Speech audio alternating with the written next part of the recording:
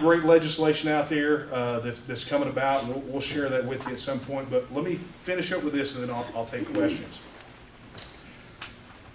I want you to understand, back to the very beginning, why this is so important. You know, I know when I asked Jeff how long, when he asked me to do this, I said, how long do I have? He said, you know, you got the hour. I said, that's not enough time. This thing has been happening for years. It is so complex and so interwoven, and there's so many moving pieces, and that's how they've been able to get away with this for so long.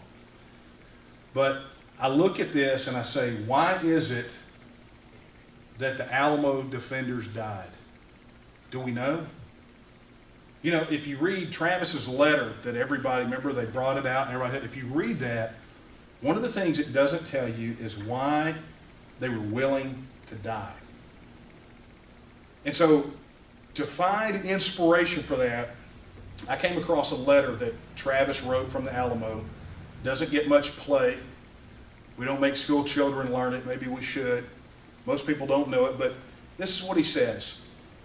He wrote a letter to Jesse Grimes, and it was March 3rd. Okay, so the Texas Declaration of Independence had already been signed on March 2nd, but it was 3 days before the Alamo fell. And this is what he said. He says, let the convention go on and make a Declaration of Independence, and we will then understand, and the world will understand what we are fighting for.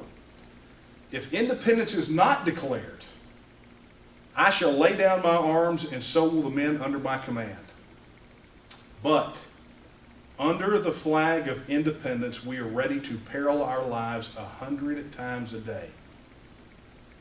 So, folks, it is Travis's challenge to each and every one of us.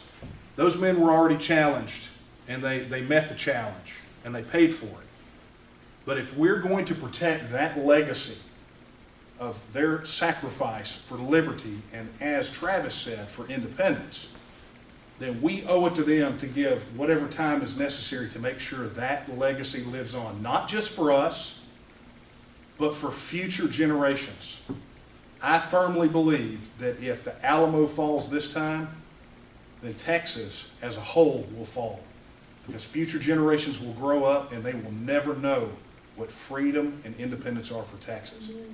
So I want to thank you for your indulgence tonight on a very massive topic.